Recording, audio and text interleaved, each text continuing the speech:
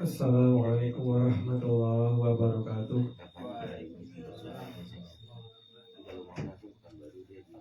Alhamdulillahi rabbil alamin, wassalatu wassalamu ala asyrafil anbiya wal mursalin nabiyina Muhammadin wa ala alihi wa sahbihi wa man tabi'ahum bi ihsan ila yaumiddin. Ikhwan dan iman rahimani wa rahimakumullah, bapak-bapak, ibu-ibu, dan remaja yang ada di tanah usaha Bukit Lebah, yang sudah ada di rumah dan dimanapun berada, kita memuji kepada Allah karena dengan pertolongannya, dengan rahmatnya, kita kembali dipertemukan dalam majelis yang di situ kita membahas apa yang dahulu dibahas oleh Rasulullah Shallallahu Alaihi Wasallam bersama para sahabatnya yang mulia radhiyallahu anhum. Demikian juga para sahabat membahas bersama para tabi'in rahimahumullah. Demikian juga dilanjutkan kebiasaan ini kepada generasi tabi'in hingga di era kita di ujung akhir zaman ini, di era Mubasyirat Al-Mahdi Sayyid Muhammad Qasim Habibullah. Ini adalah karunia dari Allah yang luar biasa. Kali ini kita akan melanjutkan kajian tadabbur Al-Quranul Karim, dan kita akan berfokus pada makna Muslim. Apa itu Muslim? Apa itu Islam? Ketika ditanya seseorang, agamamu apa? Maka kita menjawab Islam. Atau apakah kamu seorang Muslim? Maka kita menjawab, iya, saya seorang Muslim. Maka apabila ditanya oleh seseorang, apa itu Islam? Atau apa itu Muslim? Bisakah kita menjelaskannya kepada orang tersebut? Barangkali dia teman kita yang ingin masuk Islam, akan tapi dia ingin mendengarkan penjelasan singkat dari kita tentang mana Islam, atau bagaimana ketika kita menyatakan diri sebagai seorang Muslim, bagaimana penjelasannya. Maka kita menengok kepada Al-Quran dalam surah Al-An'am ayat 162. Surah Al-An'am surah ke-6 ayat 162. Dan ini kita lafazkan ketika sholat, ketika membaca doa istiftah, yakni pernyataan sebagai seorang Muslim. Dan ini berhubungan juga nanti dengan doa Nabiullah Ibrahim di surah Al-Baqarah ayat 128. Rabbana waja'alna muslimaini laka. Rabb kami, jadikanlah kami dua orang Muslim, dua orang yang berserah diri, dua orang yang menyerah padamu. Wa min dzurriyyatina ummatan muslimatan lak. Jadikan keturunanku juga umat yang menyerah kepadamu. Islam sederhana, satu kata, menyerah. Mana Islam? Ketika seorang menyatakan dirinya bahwa dia seorang Muslim, maka artinya dia menyerah kepada Allah. Dia menyerah kepada aturan-aturannya. Dia menyerah ketika diberikan larangan-larangan oleh Allah sebagai Rabb-nya, sebagai yang menciptakan dia, sebagai satu-satunya zat yang memberikan rizki padanya, sebagai satu-satunya yang menciptakan keindahan yang dia lihat dengan kedua matanya, dan juga kebahagiaan yang dia rasakan ketika dia merasakan kebahagiaan di hatinya. Maka dia senantiasa dalam keadaan menyerah kepada Allah. Dan penyerahan diri kepada Allah ini telah ditunjukkan oleh Nabiullah Ibrahim dan Ismail alaihi wassalam, dan telah kita singgung ketika kita membahas tentang salah satu skenario hidup mereka berdua, ketika Nabiullah Ibrahim alaihissalam diberikan perintah yang bisa dikatakan ekstrim, bahkan mungkin paling ekstrim sepanjang penciptaan alam semesta, yaitu perintah untuk mengorbankan satu-satunya anak yang dia miliki ketika itu. Dan ketika Nabiullah Ismail alaihissalam sudah masuk usia remaja dan sudah bisa membantu bekerja sama dengan orang tuanya. Yang mana kita gambarkan ketika itu pada masa ini, misalkan seorang anak yang sudah beberapa hari lagi akan lulus dari PTN favorit di Indonesia misalkan, atau besok harinya dia sudah lulus dari sekolah ikatan dinas dan dia sudah bekerja dengan tenang di kantornya, dan dia sudah tidak dibantu oleh orang tuanya lagi karena dia sudah mandiri. Dan dia bahkan sudah bisa membantu kedua orang tuanya sedikit-sedikit dan menjadi penyejuk mata bagi orang tuanya. Ini diantara gambaran apabila itu terjadi pada masa ini. Tentunya di masa Nabi Ibrahim alaihissalam hal tersebut lebih membuat hati terhenyak, karena perintah tersebut terjadi ketika teknologi di era modern belum nampak. Ketika di masa itu barangkali ada hiburan-hiburan lain, tentunya ada kemungkinan maka perhatian atas perintah tersebut bisa menjadi hiburan apabila menengok kepada hiburan-hiburan yang lain. Tetapi ketika itu masih sepi, bahkan pepohonan mungkin masih terlihat sedikit, dan bangunan juga belum terlalu indah seperti masa kini, dan tiba-tiba Allah menghendaki Nabi Ibrahim akan berkorban di hadapan Allah, menyerahkan Nabiullah Ismail alaihissalam ke hadirat ilahi. Maka ini adalah contoh pengorbanan yang besar dari ayah dan anak yang soleh. Maka kita hanya bisa mencontoh mereka berdua, juga melalui Nabi Muhammad SAW yang memberitahukan kepada kita bimbingan-bimbingan ilahi. Dan alhamdulillah, bimbingan ilahi tersebut Allah tambahkan sebagai anugerah yang luar biasa melalui mubasyirat, terkhusus lagi mubasyirat mimpi-mimpi ar-ru'yah salihah, ar-ru'yah shadiqah yang Allah anugerahkan kepada kita melalui Al-Mahdi Sayyid Muhammad Qasim. Demikian juga mimpi-mimpi yang baik yang dialami oleh saudara-saudara kita yang beriman di masa ini. Ini adalah karunia dari Allah yang luar biasa dan memberikan kepada kita penyejuk hati sebagai seorang muslim, sebagai seorang yang menyatakan diri sebagai muslim, orang yang menyerah kepada Allah, orang yang menyerah ketika Allah telah menjatuhkan perintah dan larangannya, orang yang menyerah ketika terjadi hal-hal di dunia ini sesuai takdir-takdirnya yang sudah Allah tuliskan 50.000 tahun sebelum penciptaan langit dan bumi. Seorang yang menyerah ketika kita gambarkan dalam peperangan,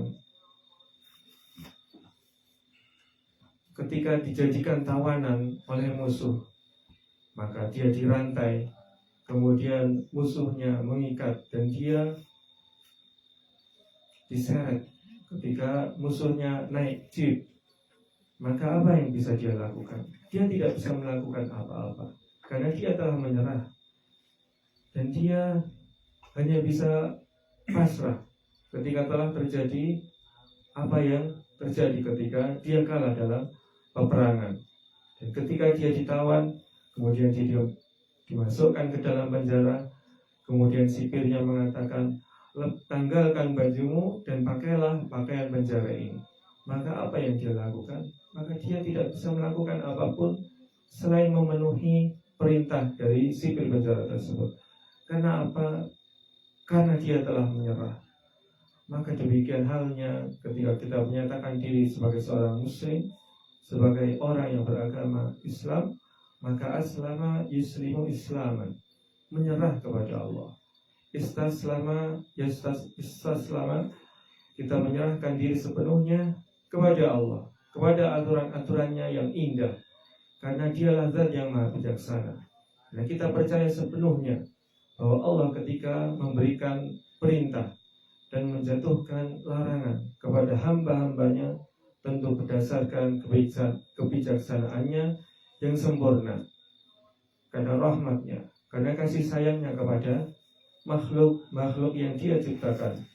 Akan di antara satu hadis yang menggambarkan hal itu, yaitu pernah kita bahas bersama ketika seorang ibu yang kehilangan anaknya, maka dia melihat anak yang balita yang dia lahirkan akan ditabrak oleh serombongan kawanan unta. Kemudian dia karena saking sayangnya, dia khawatir. Dia segera menyelamatkan anaknya, menggendong anaknya tersebut dan menyusuinya. Karena apa? Karena dia sangat cinta kepada anaknya tersebut. Kemudian Nabi Shallallahu Alaihi Wasallam memberikan sedikit gambaran tentang kasih sayang Allah kepada hamba-hambanya. Maka dikatakan oleh Nabi Shallallahu Alaihi Wasallam bahwasanya tidak mungkin seorang ibu yang melihat anaknya tersebut tega ketika anaknya hendak dimasukkan ke dalam api. Maka Allah lebih menyayangi hamba-hambanya daripada ibu tersebut kepada anaknya. Dan ibu-ibu yang ada di sini insya Allah bisa merasakan betapa cintanya mereka, betapa sayangnya mereka kepada anak-anak mereka. Dan kata Nabi SAW sesuai yang beliau gambarkan, bahwasanya Allah cintanya melebihi seorang ibu kepada anaknya. Ketika Allah mencintai seorang hamba, ketika Allah mencintai hamba-hamba yang beriman khususnya. Kemudian ketika kita melihat bahwasanya orang-orang yang tidak beriman diberikan makan dan minum oleh Allah di dunia yang fana ini menunjukkan satu dari 100 rahmat yang Allah bagikan kepada hamba-hambanya. Maka jangan sampai kita silau ketika melihat orang-orang yang tidak beriman itu diberikan oleh Allah karunia yang secara zahir itu sangat luar biasa. Misalkan di antara karunia tersebut adalah anak-anak yang gagah-gagah rupawan dan cantik jelita. Kemudian ada deretan mobil mewah di hadapan rumahnya yang megah. Maka tidak ada bandingannya dengan apa yang Allah janjikan kepada orang-orang beriman, hamba-hambanya yang muslim ketika di akhirat kelak. Ketika kita berupaya dengan mohon pertolongan kepada Allah agar senantiasa diistiqomahkan sebagai seorang muslim, sebagai seorang yang menyerah kepada Allah, menyerah kepada perintah-perintahnya, menyerah kepada larangan-larangannya, menyerah kepada takdir-takdirnya secara syar'i dan secara kauni. Maka kita memasrahkan diri sepenuhnya kepada Allah, karena kita percaya sepenuhnya kepada Allah bahwa Dialah satu-satunya zat yang mengatur alam semesta dengan seluruh kesempurnaan yang Allah miliki. Karena Dialah pemilik Asmaul Husna, nama-nama yang indah dan sifat-sifat yang tinggi dan mulia. Hanya Allah lah yang memilikinya, dan tidak pantas kita menisbahkan kemuliaan tersebut kepada satupun dari makhluk-makhluknya. Bahkan meskipun itu malaikat yang didekatkan kepada Allah, juga para rasul yang mulia, maka tidaklah boleh kita mempersembahkan sesuatu sedikit pun kepada selain Allah. Dan alhamdulillah sekali lagi kita memuji kepada Allah bahwa Allah mengingatkan kita dengan rahmatnya terkait betapa pentingnya menghindari segala bentuk syirik, dan terutama di era modern ini melalui mimpi-mimpi yang Allah anugerahkan kepada Al-Mahdi. Ini adalah karunia dari Allah yang semoga Allah senantiasa membimbing kita untuk mensyukurinya. Dan di antara bentuk syukur itu adalah kehadiran kita di sini, terutama di Tanah Uzlah, Bukit Lebah, karena di wilayah ini Allah memudahkan kita untuk menjauhi segala bentuk syirik di era modern. Ini adalah karunia dari Allah yang luar biasa, dimudahkan untuk menetap di daerah yang di situ tidak terlalu sulit untuk menghindari segala bentuk syirik. Ini adalah karunia dari Allah yang belum tentu diberikan oleh Allah kepada hamba-hambanya yang lain di luar sana. Maka ya ikhwah, kita kembali selalu mengingat dengan mohon pertolongan kepada Allah selalu. Kita adalah seorang muslim. Seorang muslim berarti dia mengaku bahwa dia menyerahkan dirinya sepenuhnya kepada Allah. Dia menyerahkan dirinya dan dia bahkan menyerahkan semua yang secara zahir dia miliki diniatkan untuk Allah. Maka ketika dia memakai pakaian, maka dia menyerahkan tata cara berpakaian tersebut kepada Allah melalui bimbingan dari Rasulullah Muhammad SAW. Ketika dia akan membeli mobil, maka dia mengingat-ingat bagaimanakah caranya aku membeli mobil ini dan dari manakah hartanya yang akan aku peroleh. Apakah dari yang haram, apakah dari yang halal yang telah dijelaskan oleh Rasulullah SAW. Demikian juga ketika akan membeli dan menggunakan gadget seperti smartphone, laptop maupun alat-alat yang canggih di masa ini, akan dia beli dari harta mana, harta yang manakah yang akan dia gunakan, apakah dari harta yang haram, apakah dari harta yang halal, sesuai dengan yang dijelaskan oleh Nabi Muhammad SAW. Karena Allah telah mengutus Rasulullah SAW untuk menjelaskan kepada umat di akhir zaman ini tentang apa saja konsekuensi sebagai seorang muslim, atas apa saja yang perlu dilakukan oleh seorang muslim, seorang yang mengaku dirinya memasrahkan diri, berserah diri kepada Allah, sebagaimana Nabiullah Ibrahim dan Ismail alaihi wassalam memasrahkan dirinya sepenuhnya kepada Allah. Maka mereka lah teladan kita, para nabi alaihi wassalam. Dan alhamdulillah kita telah diberikan oleh Allah pengetahuan dari Al-Quran, juga hadis-hadis yang mulia, dan Allah tambahkan dengan anugerahnya melalui mubasyirat di akhir zaman, melalui mimpi-mimpi yang baik, yang sahih, ar-ru'ya shalihah, ar-ru'ya shadiqah, yang dialami oleh khususnya orang-orang beriman di akhir zaman. Adalah karunia dari Allah yang semoga kita senantiasa bisa dianugerahkan rasa syukur tersebut oleh Allah, dan kita mempersembahkan rasa syukur tersebut hanya kepada Allah. Maka alangkah mengerikannya kita melihat orang-orang yang dijuluki alim, orang-orang yang disebut ulama, bahkan yang mengaku bahwa nasab mereka tersambung dengan darahnya Rasulullah SAW yang mulia, Habib-habib yang mengaku sebagai keturunan Rasulullah SAW, akan tetapi yang mereka dakwahkan justru menyelisihi Rasulullah SAW. Bahkan mereka menyeru kepada hal yang paling dibenci Allah.